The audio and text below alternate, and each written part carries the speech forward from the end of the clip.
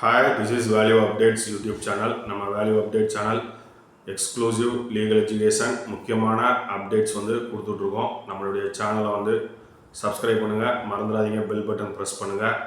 Bell button press பண்ணுறதுனால நம்ம போடுற கண்டென்ட் உங்களுக்கு உடனே ரீச் ஆகும். நீங்கள் கண்டென்ட்டை உடனே பார்த்துக்கலாம்.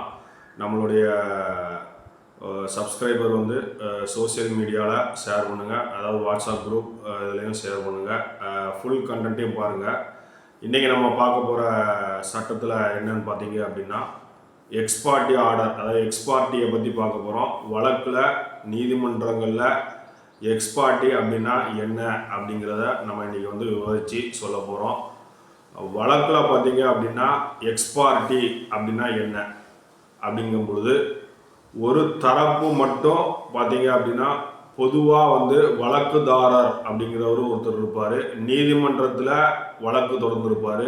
அவருக்கு எதிரியாக ஒருத்தர் இருப்பார். அந்த வழக்கில் அவர் எதிர்மனுதாரர்னு அழைக்கப்படுவார்.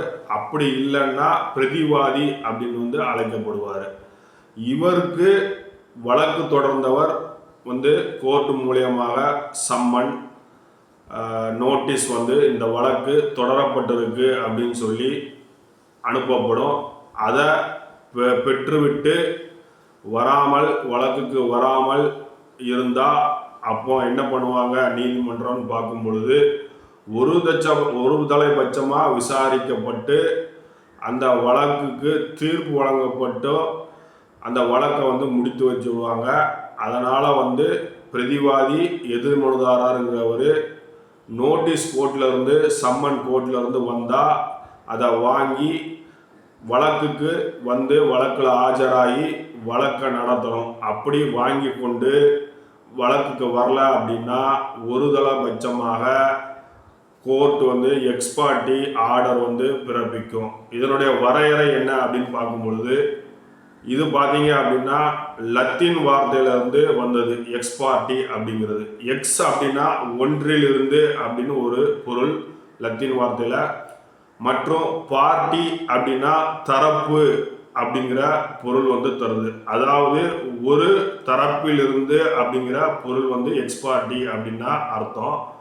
நீதிமன்றம் அழைப்பான அனுப்பிய பின்பு பார்த்தீங்கன்னா எதிர்த்தரப்பு ஆஜராகாவிட்டால் அவர்களின் வாதங்களை கருத்தில் கொள்ளாம வழக்கு முடித்து வைக்கப்படும். நீதிமன்றத்துக்கு வரல, அதனால அவருக்கு எதிராக பண்ண வழக்கு தாக்கல் பண்ணது சரிதான் அப்படின்னு வழக்கு தாக்கல் பண்ணவர்கிட்ட விசாரணை பண்ணி எக்ஸ்பார்ட்டி பண்ணி வழக்கை முடித்து வைப்பாங்க. அந்த வழக்கு யார் வரலையோ அவங்களுக்கு பாதமாக போக வாய்ப்பு அதிகமாக இருக்கு. இது எப்போது நடக்கும்? வழக்குதாரர் வழக்கு தாக்கல் செய்து அடுத்து பார்த்தீங்க அப்படின்னா அழைப்பு எதிர்பார்ட்டிக்கு அனுப்பப்பட்டு அழைப்பு பெற்றவர் அல்லது அவரது வழக்கறிஞர் பெற்ற பின்னாடி அவர் இல்லைன்னா அவர் மூலமாக வழக்கறிஞர் நீதிமன்றத்தில் தோன்றாமல் இருந்தால், அதாவது ஆஜராகாமல் இருந்தால் நீதிமன்றம் எக்ஸ்பார்ட்டின்னு அறிவித்து ஒரு தலைபட்சமாக எக்ஸ்பார்ட்டி டிகிரி ஆர்டர் வழங்குவாங்க. இதை ரத்து செய்யும் வழி என்ன அப்படின்னு பார்க்கும்பொழுது எக்ஸ்பார்ட்டி டிகிரியை, எக்ஸ்பார்ட்டி தீர்ப்பு சிவில் நடைமுறை சட்டம், அதாவது சிவில் ப்ரொசீஜர் கோடில் ஆர்டர் 9 ரூல் 13 கீழே சுட்டி காட்டி அப்ளிகேஷன் ஃபைல் பண்ணி அதை ரத்து செய்யணும் அப்படின்னு சொல்லி போடலாம். ஆனால் அதற்கு ஒரு கால வரம்பு இருக்குது. இந்த எக்ஸ்பார்ட்டியை செட்டசைட் பண்ணுறதுக்கு ஒரு கால வரம்பு இருக்குது. நீங்கள் எக்ஸ்பார்ட்டி ஆகிட்டீங்க, எதிர்மனதாரர் ஒருத்தர் எக்ஸ்பார்ட்டி ஆகிட்டாரு அப்படின்னா அவர் திரும்பி வழக்கு நடத்த வரணும் அப்படின்னு நினச்சாருன்னா செட்டசைடு எக்ஸ்பார்ட்டி அப்படின்னு சொல்லி அப்ளிகேஷன் போடலாம். அதுதான் நம்ம சொல்கிறோம். எக்ஸ்பார்ட்டி தீர்ப்பை ரத்து செய்வது சிவில் நடைமுறை சட்டம் சிபிசி ஆர்டர் 9 ரூல் 13 கீழே சாத்தியமானது அப்படின்னு சொல்கிறோம். தேவையான நிபந்தனைகள் எதிர்மனுதாரர் அழைப்பை பெறவில்லை அல்லது போதிய காரணம் இன்றி ஆஜராக இயலவில்லை என நியாயமான காரணம் காட்ட வேண்டும். இந்த செட்டசைடு எக்ஸ்பார்ட்டி போடணும் அப்படின்னா நீதிமன்றம் அதை ஏற்றா மட்டுமே, அவங்கள சாட்டிஸ்ஃபை பண்ணால் மட்டுமே வழக்கு மீண்டும் தொடங்க நீதிமன்றம் உத்தரவிடும். செயல்முறை பார்த்தீங்க அப்படின்னா அதே நீதிமன்றத்தில் எந்த நீதிமன்றம் எக்ஸ்பார்ட்டி பண்ணிச்சோ அந்த நீதிமன்றத்தில் செட் அசைட் பெட்டிஷன் வந்து ஐஏ அதாவது இன்ட்ரீம் அப்ளிகேஷனாக வந்து மனுவை வந்து தாக்கல் பண்ணுவாங்க. விளக்கம் வந்து மனுவில் தரப்பட வேண்டும். அப்ளிகேஷன்ஸும் செட் அசைடு எக்ஸ்பார்ட்டி டிகிரி அப்ளிகேஷனில் விளக்கம் தரணும். ஆஜராகாத காரணத்தை வந்து உறுதிப்படுத்தும் ஆவணத்தோட சமர்ப்பிக்கணும். எதுக்கு ஆஜராகலை, என்ன காரணம் அப்படிங்கிறதுக்கு. வழக்குதாரருக்கு நோட்டீஸ் அனுப்பப்பட்ட பிறகு விசாரணை வந்து நடைபெறும். இந்த வழக்கில் இந்த ஐஏ அப்ளிகேஷனில் கால வரம்பு இதை தாக்கல் பண்ணுறதுக்கு என்ன அப்படின்னா, அந்த எக்ஸ்பார்ட்டி அறிவித்த தீர்ப்பு அறிவிக்கப்பட்டதுலேருந்து 30 நாட்களுக்குள்ள இந்த செட்டசைடு எக்ஸ்பார்ட்டி மனு வந்து தாக்கல் செய்யணும். தாமதமாக தாக்கல் செஞ்சால் வந்து அதற்கு கூடுதல் காரணம் தேவை. அதாவது லிமிட்டேஷன் ஆக்டில் வந்து படி ஒரு லிமிட்டேஷன் அப்ளிகேஷனும் சேர்த்து ஃபைல் பண்ணணும். 2 அப்ளிகேஷன் ஃபைல் பண்ண வேண்டியதுக்கும் தாமதமாக செட்டசைடு எக்ஸ்பார்ட்டி வந்து நீங்கள் ஃபைல் பண்ணீங்க அப்படின்னா கண்டோன் த டிலே அப்ளிகேஷனும் சேர்த்து ஃபைல் பண்ணணும். இந்த செட்டசைடு எக்ஸ்பார்ட்டி வந்து 30 நாளுக்கு பிறகு பார்த்தீங்க அப்படின்னா எக்ஸ்பார்ட்டி தீர்ப்பை ரத்து செய்ய வந்து ஃபைல் பண்ணப்படும் ஒரு அப்ளிகேஷன். ஆனால் தாமதத்திற்கு பொதுவாக வந்து 30 நாளில் ஃபைல் பண்ணணும். 30 நாளை கடந்துட்டு அப்படின்னா அதுக்கு ஒரு சஃபிஷியன்ட் காசு வந்து சொல்லி அதுக்கு ஒரு அப்ளிகேஷன் வந்து கண்டோன் த டிலே அப்ளிகேஷன் வந்து ஃபைல் பண்ணணும் நீதிமன்றத்தில். மொத்தம் 2 ஆயிரும். 1 2 ஆயிரும். கால வரம்பு விவரம்னு பார்க்கும்போது சிவில் நடைமுறை சட்டம் CPC civil procedure code order 9 rule 13 கீழே தீர்ப்பு அறிவிக்கப்பட்ட நாளில் இருந்து 30 நாட்களுக்கு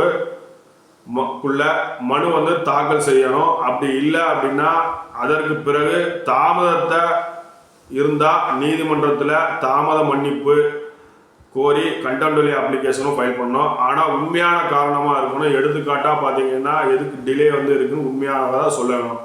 அழைப்பு பெறாதது சம்பந்தமான உண்மையான காரணமாக இருக்கணும். பெறலை அப்படின்னு உடல்நலை குறைபாடாக இருக்குது அப்படிங்கிற மாதிரி ஏதாவது ஒரு உண்மையான காரணமாக இருக்கும். ஆதாரங்களுடன் அதை வந்து நிரூபிக்க வேண்டும். டிலேயில் தாமத மன்னிப்பு அதாவது டிலே தாமத மன்னிப்பு செயல்முறை வந்து தாமத காரணத்தை விளக்கி தனி மனு வந்து தாக்கல் பண்ணணும். கண்டோன் த டிலே அப்ளிகேஷன் சேர்ந்து தாக்கல் செய்யணும். எதனோட அப்படின்னா செட்டசைடு எக்ஸ்பார்ட்டி வந்து ஃபைல் பண்ணும்போது கண்டோன் த டிலே அப்ளிகேஷனும் சேர்ந்து ஃபைல் பண்ணணும். நீதிமன்றம் வந்து வழக்குதாரருக்கு நோட்டீஸ் அனுப்பும். ஒரு தரப்பு வாதங்களுக்கு பிறகு 2 தரப்பு வாதங்களுக்கு பிறகு முடிவு வந்து நீதிமன்றத்தால் எடுக்கப்படும். நீண்ட தாமதம் அதாவது பல ஆண்டுகள் தாமதமாக இருக்குது அப்படின்னா செட்டசைடு போடுறதுக்கு கடினம் தான் டிலே வந்து கண்ட்ரோல் பண்ணுறது. ஆனால் ஒரு சிறிய சாத்தியம் வந்து இருக்கும். அந்த சாத்தியம் எப்போ கிடைக்கும் அப்படின்னு நம்ம பார்க்கலாம். எக்ஸ்பார்ட்டி தீர்ப்பை ரத்து செய்ய போதிய காரணம் வந்து சிவில் நடைமுறை சட்டம் சொன்னோம். CPC order 9 rule 13 sufficient cause அப்படிங்கிற அழைக்கப்படும் நியாயமான காரணம் இருக்கணும்னு சொன்னோம். முக்கிய காரணம் அழைப்பான சம்மன் வந்து பெறாதது அல்லது தவற விட்டிருக்கும், கடுமையான உடல்நிலை குறைபாடு இருந்தது அப்படின்னும், ஏதாவது ஒரு விபத்து நடந்திருக்கு அதனால குடும்ப சில சவால்கள் இருந்தது அப்படின்னும், தவறுதலான முகவரி அல்லது அஞ்சல் பிரச்சனைகள் இருந்தது அப்படின்னா வந்து அந்த செட்டசைடு வந்து போடலாம். நீதிமன்றம் வந்து பரிசீலிக்கும் அம்சங்கள் பார்த்தீங்க அப்படின்னா நீதிமன்றம் வந்து காரணம் உண்மையானதாக இருக்கணும்னு நினைக்கும். ஆதாரங்களுடன் அதாவது மருத்துவ சான்று அஞ்சல் ரசீது இதை மாதிரியான ஒரு முக்கியமான உண்மையான காரணங்களுடன் வந்து அந்த அப்ளிகேஷனை ஃபைல் பண்ணி அதை வந்து நிரூபிக்க வந்து முடியும். இது வந்து உச்ச நீதிமன்றம் எக்ஸ்பார்ட்டி தீர்ப்பை ரத்துக்கு சஃபிஷியன்ட் காசு வந்து இருந்தால் அனுமதிக்கலாம் அப்படின்னு பல தீர்ப்புகளை கூறியிருக்காங்க. போதிய காரணம் அப்படிங்கிறது அவசியம் அப்படிங்கிறதும், சம்மன் பெறாதது இருந்தால் சம்மனே பெறலை அதனால தான் எங்களால் வழக்குக்கு வர முடியல அதனால வந்து எக்ஸ்பார்ட்டியை வந்து செட்டசைட் பண்ணுங்க அப்படின்னு சொல்லலாம். உடல்நல குறைபாடு இருந்தது நாங்கள் சம்மன் ரிசீவ் பண்ணோம், உடல்நல குறைபாடுனால எங்களால் நீதிமன்றத்துக்கு வந்து அந்த வழக்கை நடத்த முடியல அதனால வந்து எக்ஸ்பார்ட்டியை செட்டசைட் பண்ணுங்க அப்படின்னு சொல்லலாம். அதுக்கு டிலே இருந்தால் டிலே போடணும் அப்படிங்கிறதையும் சொல்லிக்கிறோம்.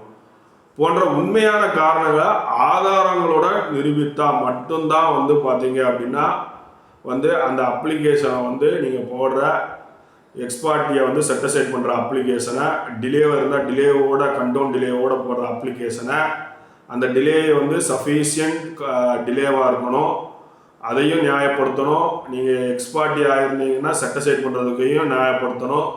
அப்படி இருந்தால் மட்டுமே நீதிமன்றம் வந்து அதை ஆராய்ந்து அதை வந்து திருப்தி அடைந்தால் அவங்க வந்து அதை வந்து மன்னிப்பு கொடுத்து நீங்கள் வந்து திருப்பி வழக்கில் வந்து நடத்தலாம், உங்களுக்கு எதிரான வழக்கை நீங்கள் நடத்தலாம் அப்படின்னு சொல்லி உத்தரவு பிறப்பிக்கும். இதுதான் வந்து எக்ஸ்பார்ட்டியை செட்டிசைட் பண்ணுறது. அப்புறம் அந்த எக்ஸ்பார்ட்டி மேலே டிலே இருந்தால் அந்த டிலேவை வந்து கண்டோன் பண்ணுறது. இந்த 2 அப்ளிகேஷனும் நீங்கள் வழக்கில் ஆஜராகாமல் வழக்கு ஒருதலை பட்சமாக உங்களுக்கு எதிராக போச்சுன்னா ஃபைல் பண்ணி வழக்கை நீங்கள் திருப்பி புதுப்பித்து அந்த வழக்கை உங்களுக்கு எதிராக வந்து நடத்தப்படுகிற வழக்கை நீங்கள் நியாயமான வழக்கு இல்லை அப்படிங்கிறத நீங்கள் வந்து நீதிமன்றத்தில் நிரூபிக்க முடியும். அப்படி தவறிட்டீங்க அப்படின்னா உங்களுக்கு எதிரான அந்த வழக்கு போய் அதில் என்ன வந்து கேட்கப்பட்டிருக்கோ, பிரேயர் கேட்கப்பட்டிருக்கோ, அதை நீதிமன்றம் வந்து உங்களுக்கு எதிராக வந்து நிறைவேற்றிடும் அப்படிங்கிறத நம்ம சொல்லிக்கிறோம். அதனால் உங்களுக்கு எதிராக வந்து ஒரு வழக்கு ஒருத்தர் தொடுக்கிறார் அப்படின்னா அந்த வழக்கை வந்து நீங்கள் பார்த்தீங்க அப்படின்னா உங்களுக்கு நீதிமன்றம் மூலமாக சம்மன் நோட்டீஸ் வருதுன்னா நீங்கள் வாங்குவதை நிராகரிக்கிறத தவிர்க்கணும். வாங்கிவிட்டு அதை வந்து உங்களுக்கு தெரிந்த வழக்கறிஞர், நல்ல வழக்கறிஞரிடம் சென்று அந்த வழக்கை நீங்கள் எதிர்கொண்டாதான் உங்களுக்கு நல்லது. அப்படி தவிர்த்துட்டீங்க அப்படின்னா நீங்கள் வந்து அந்த வழக்கில் தோத்த மாதிரி ஆயிரும். அந்த வழக்கை போட்டவங்க நீங்கள் வராததுனால நீதிமன்றம் என்ன கருதும் அப்படின்னா உங்களுக்கு எதிராக போடப்பட்ட வழக்கு நியாயமானது அப்படின்னு சொல்லி ஒருதலை பட்சமாக அந்த வழக்கை நடத்தி அதில் மூதாதங்கள் இருந்தால் உங்களுக்கு எதிரான தீர்ப்பு வழங்கப்படும் அப்படிங்கிறத நம்ம தெரிவிச்சுக்கிறோம். அதனால் நீதிமன்ற சம்மன் நோட்டீஸ் வந்தால் கண்டிப்பாக யாராலும் வாங்கி வழக்கறிஞரை சந்தித்து கலந்து ஆலோசித்து வழக்கில் வந்து நடத்தி அதை வெற்றி பெறுறது தான் வந்து நல்ல விஷயம் அப்படிங்கிறத நம்ம இதில் மூலமாக தெரிஞ்சுக்கிறோம். நம்மளுடைய சேனல் வேல்யூ அப்டேட்ஸ் வந்து முழுமையாக சட்ட சம்பந்தங்களை விளக்கி கொண்டு இருக்கிறோம். நம்மளுடைய சேனலை சப்ஸ்கிரைப் பண்ணுங்கள், பெல் பட்டனை ப்ரெஸ் பண்ணுங்கள், ஃபுல் கண்டென்ட்டை பாருங்கள், கமெண்ட்டை வந்து பதிவு பண்ணுங்கள். உங்களுக்கு சட்ட சிக்கல் இருந்தால் நம்ம கமெண்ட் பாக்ஸில் போடுங்க, நம்ம ரிப்ளை உங்களுக்கு கண்டிப்பாக கொடுத்துட்ருக்கோம். நம்மளுடைய சேனலை வந்து சோசியல் மீடியாஸ், வாட்ஸ்அப் குரூப்பில் பகிர்வதன் மூலமாக மக்கள் சட்டம் வந்து தெரிந்து கொள்வார்கள். மிக்க நன்றி, வணக்கம்.